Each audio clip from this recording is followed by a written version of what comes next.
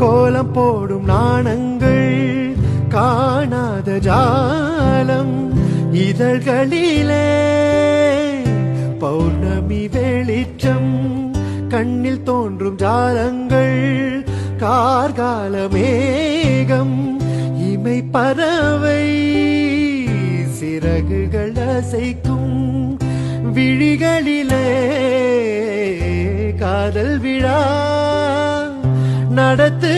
நடத்துகிறார் சாகுந்தலா. அன்னமே இவளிடம் நடைபழகும் இவள் நடை அசைவிலில் சங்கீதம் உண்டாகும். கையிளமயிலாடி வருகுது வானில் மழை வருமோ?